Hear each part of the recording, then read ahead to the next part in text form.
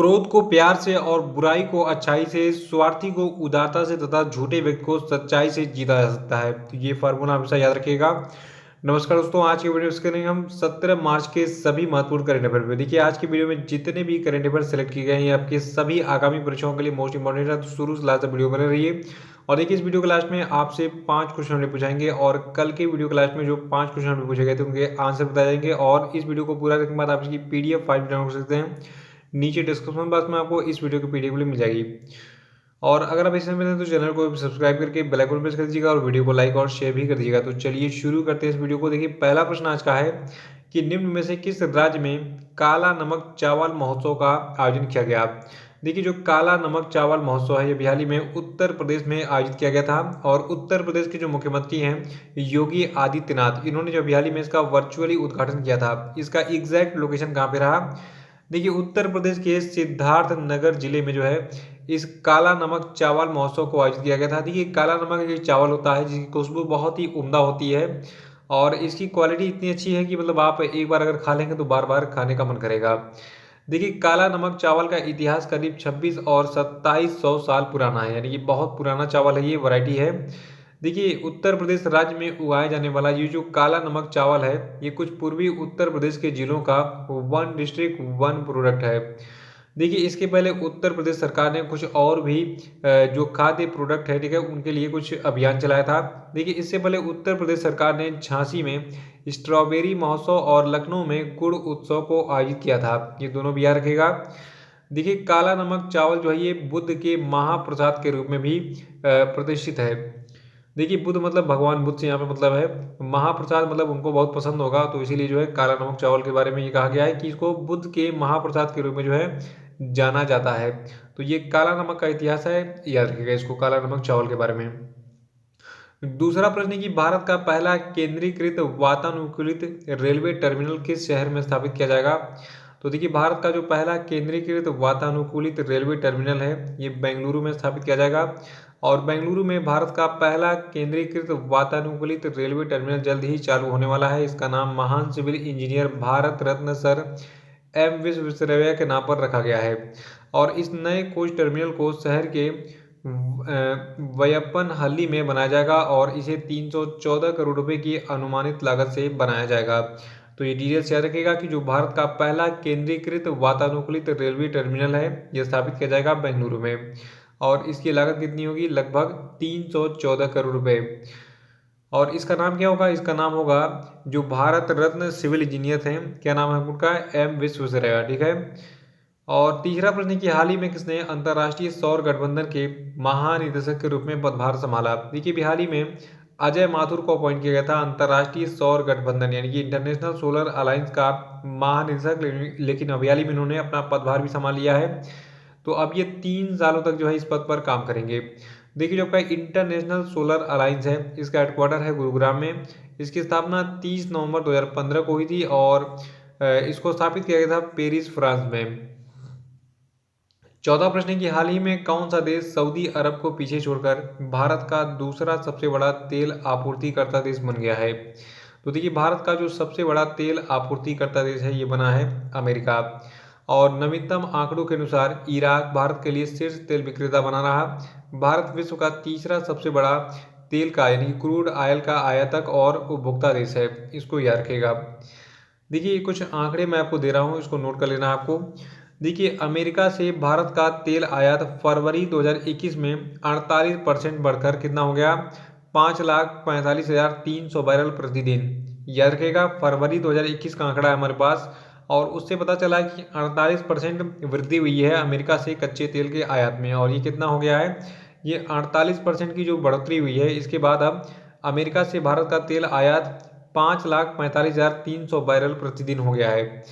और देखिए फरवरी महीने की बात करें तो फरवरी में भारत का कुल आयात का ये 14% था, यानी कि 14% क्रूड ऑयल हमने फरवरी महीने में अकेले अमेरिका से लिए थे। और देखिए दूसरी ओर जनवरी 2021 का आंकड़ा देखें तो उसमें सऊदी अरब से भारत का जो आयात है क्रूड ऑयल का ये 42% घट गया और ये घटकर 4,45,200 BPD यानी कि बैरल प्रतिदिन के निचले स्तर पर आ गया।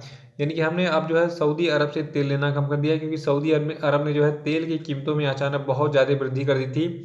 देखिए प्रोडक्शन ज़्यादा है, लेकिन फिर भी जो है इसने पता नहीं क्यों, मतलब इसको क्या लग रहा था कि हमारी अर्थव्यवस्था चकनाचूर होने वाली है, इसलिए इसने क्रूड ऑयल को महंगा कर दिया। तो देखिए कोई भी कस्टमर हो, अगर उसको जो चीज़ सस्ते में जहाँ से मिलेगी वहीं से खरीदेगा। तो हमें अगर अमेरिका से सस्ता पड़ रहा है तो हम अमेरिका से लेंगे, सऊदी अरब से नहीं लेंगे। तो इसीलिए अब जो है इसी कारण अमेरिका जो है ये बन गया है भारत का दूसरा सबसे बड़ा तेल आपूर्तिकर्ता देश। और भारत का जो सबसे बड़ा तेल आपूर्तिकर्ता देश है ये कौन है? ये आपका है इराक, इसको याद रखेगा। और पांचवा की हाल ही में भारतीय क्रिकेट टीम के किस पूर्व कप्तान को भारतीय पेशेवर गोल्फ टूर के बोर्ड में सदस्य के रूप में शामिल किया गया है? तो देखिए ये व्यक्ति आपके हैं कपिल देव, याद रखिएगा। कपिल देव को अभी हाल ही में भारतीय पेशेवर यानी कि इंडियन प्रोफेशनल गोल्फ टूर के बोर्ड में सदस्य के रूप में शामिल किया गया है। देखिए कपिल देव की बात आती है तो एक चीज़ आपको बताना चाहिए, 1983 में जो वर्ल्ड क्रिकेट हुआ था, मतलब क्रिकेट वर्ल्ड कप हुआ था, तो इसमें जो है भारत की खिताबी जीत के दौरान इन्होंने अगुवाई की थी, यानी कि उस समय ये कैप्टन थे। और अब जो है ये गोल्फ के विकास में, देखिए गोल्फ एक गेम होता है, आपने मतलब सबको पता होगा। तो ये जो है अब गोल्फ गेम के विकास के लिए जो है भारत में काम करेंगे।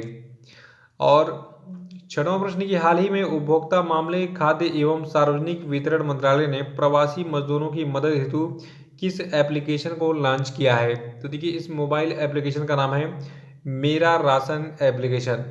देखिए जो आपका मेरा राशन एप्लीकेशन है ये भारत सरकार के द्वारा शुरू की गई one nation one ration card योजना का हिस्सा है।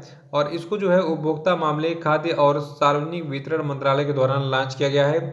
इस एप्लीकेशन के जरिए ऐसे मजदूरों को काफ़ी मदद मिलेगी जो कि काम के सिलसिले में एक जगह से दूसरी जगह पर जाते रहते हैं। सातवां की हाल ही में भारत की किस अंतर्राष्ट्रीय महिला तलवारबाज ने इस साल 23 जुलाई से शुरू होने वाले टोक्यो ओलंपिक के लिए क्वालिफाई कर लिया है? तो देखिए टोक्यो ओलंपिक के लिए क्वालिफाई किया है भवानी देवी ने, ये तलवारबाज हैं भारत की जगह। ओलंपिक के लिए क्वालिफाई करने वाली भवानी देवी जो हैं ये पहली भारतीय तलवारबाज बनी है, इसको याद रखेगा। देखिए फर्स्ट इवेंट, फर्स्ट अपॉइंटमेंट या फिर कोई भी घटना अगर पहली बार होती है तो एग्जाम के लिए मान के चलिए 101% इंपॉर्टेंट होती है। तो भवानी देवी क्या बनी है? पहली भारतीय तलवारबाज बनी है जिन्होंने ओलंपिक के लिए क्वालिफाई किया है। और देखिए टोक्यो ओलंपिक जो आपका है ये 23 जुलाई से शुरू होगा। देखिए टोक्यो ओलंपिक नाम से पता चला है जापान की राजधानी टोक्यो में आयोजित होगा। ये 23 जुलाई से शुरू होगा और 8 अगस्त तक चलेगा। और देखिए जो आपकी भवानी जी हैं, देखिए भवानी देवी के बारे में एक खास बात यह है कि 2017 में आइसलैंड में पहली बार कोई अंतर्राष्ट्रीय टूर्नामेंट इन्होंने जीता था। आठवां प्रश्न की हाल ही में भारत के लिए T20 क्रिकेट में सबसे ज्यादा विकेट लेने वाले बॉलर कौन बन गए? तो देखिए वर्तमान में जो आपके जसप्रीत बुमराह थे, इनके नाम से रिकॉर्ड था, लेकिन इनका रिकॉर्ड तोड़ दिया है किसने? यजुवेंद्र चहल ने। देखिए इंग्लैंड के खिलाफ पहले T20 मुकाबले में टीम इंडिया को 8 विकेट से हार का सामना करना पड़ा, लेकिन नरेंद्र मोदी स्टेडियम में खेले गए इस मैच में टीम इंडिया के स्टार स्पिनर यजुवेंद्र चहल जो है इतिहास रचने में कामयाब रहे। चहल T20 फॉर्मेट में जसप्रीत बुमराह को पछाड़कर इंडिया के लिए सबसे ज़्यादा विकेट लेने वाले गेंदबाज बन गए। देखिए इस विकेट के साथ जो विकेट इन्होंने नरेंद्र मोदी स्टेडियम में लिया, तो उसके साथ ही इंटरनेशनल T20 में यजुवेंद्र चहल के विकेटों की संख्या टोटल कितनी हो गई? 60 हो गई। ठीक है, तो इंटरनेशनल T20 में यजुवेंद्र चहल ने 60 विकेट लिए हैं अब तक। और T20 इंटरनेशनल में जसप्रीत बुमराह 50 मैचों में 59 विकेट ले चुके हैं, यानी कि एक विकेट आगे हैं। तो ये आगे पीछे होता रहेगा, अभी वर्तमान विकेट यजुवेंद्र चहल के नाम पर बन गया है। और नवा प्रश्न की हाल ही में जम्मू और कश्मीर प्रशासनिक परिषद ने आवास और शहरी विकास विभाग के कितने लाख रुपए तक के ब्याज मुक्त ऋण प्रदान करने के प्रस्ताव को मंजूरी दे दी है? तो देखिए ये अमाउंट आपका है 2 लाख रुपए। देखिए ये मंजूरी जो है ये उपराज्यपाल मनोज सिन्हा के नेतृत्व में दी गई। और ये ब्याज मुक्त ऋण जो है ये 10 वर्षों की अवधि के लिए प्रदान किया जाएगा। इस ऋण राशि को 2,500 रुपये की मासिक किस्त के द्वारा चुकाया जा सकता है। तो ये सारी चीज़ें याद रखिएगा। एक बार फिर से सुनिए, जम्मू और कश्मीर प्रशासनिक परिषद जो है इसने आवास और शहरी विकास विभाग के टोटल 2 लाख रुपए तक के ब्याज मुक्त ऋण प्रदान करने के प्रस्ताव को हाल ही में मंजूरी दी है। और जम्मू कश्मीर के लेफ्टिनेंट गवर्नर कौन है? इनका नाम है मनोज सिन्हा। ये भारत के पहले रेल राज्य मंत्री हुआ करते थे, लेकिन अभी ये लेफ्टिनेंट गवर्नर हैं। कहाँ के? जम्मू कश्मीर के। 10वां की हाल ही में किस सुप्रसिद्ध कथकली नृतक का निधन हो गया? देखिए ये नृतक आपके थे चेमन चेरी कुनी रामन नायर। देखिए ये पुरुष का नाम है, यहाँ पे बालों से मत कंफ्यूज होइएगा। तो चेमनचेरी कुनी रामन नायर जो है ये एक सुप्रसिद्ध कथकली नर्तक थे और इनका भी हाल ही में निधन हो गया है। और ये देखिए इनका निधन अभी हाल ही में केरल के कोझिकोड में हुआ है। कथकली नृत्य कला के लिए इनको जो है 2017 में पद्मश्री से भी सम्मानित किया गया था। ठीक है, यानी कि ये पद्मश्री सम्मान से सम्मानित व्यक्ति थे। और ये कथकली नृत्य थे कौन? चेमनचेरी कुनी रामन नायर। इनका निधन अभी हाल ही में केरल के कोझिकोड में हो गया। और अब हम बात करेंगे आज के सभी क्वेश्चन अपडेट पे। तो सभी लोग कमेंट बॉक्स में आंसर देंगे और जिन लोगों ने अभी तक वीडियो को लाइक नहीं किया इसको लाइक कर दें, फिर आगे बढ़ते हैं। देखिए पहला प्रश्न आपके लिए कि अंतर्राष्ट्रीय T20 क्रिकेट में 3000 रन बनाने वाले दुनिया के पहले खिलाड़ी कौन बन गए, इनका नाम बताइए। और दूसरा था कि स्विट्जरलैंड के बाद अब किस देश ने बुर्का पहनने पर प्रतिबंध लगाने का फैसला किया, बताइए। और तीसरा कि विश्व स्वास्थ्य संगठन ने निम्न में से किस अमेरिकी दवा कंपनी की सिंगल डोज कोरोना वैक्सीन के आपातकालीन इस्तेमाल को मंजूरी दे दी है, बताइए। चौथा कि हाल ही में जापान और किस देश ने भूरे कोयले से हाइड्रोजन का उत्पादन शुरू किया, बताइए। और पांचवा था कि निम्न में से किस राज्य सरकार ने पिछले 10 वर्षों में सड़क के किनारे बसाए सभी धार्मिक स्थलों को हटाने का निर्देश दिया, बताइए।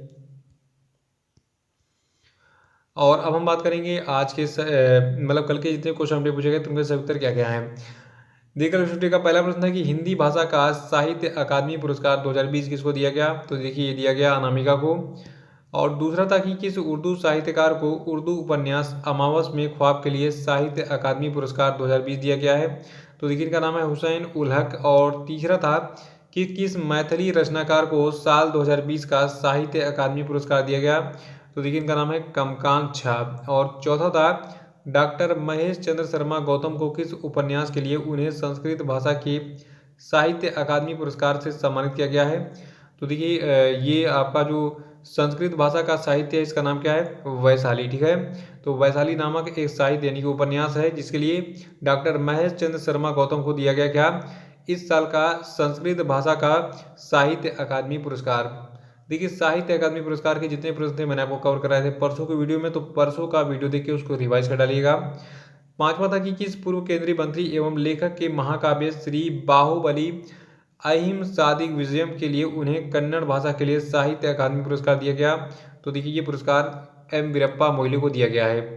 तो इसी के साथ ये वीडियो समाप्त होता है। वीडियो को लाइक और शेयर कर दीजिएगा, जो लोग नए हैं वो चैनल को सब्सक्राइब कर लेंगे। तो इसी के साथ बहुत बहुत धन्यवाद। Thank you and have a nice day.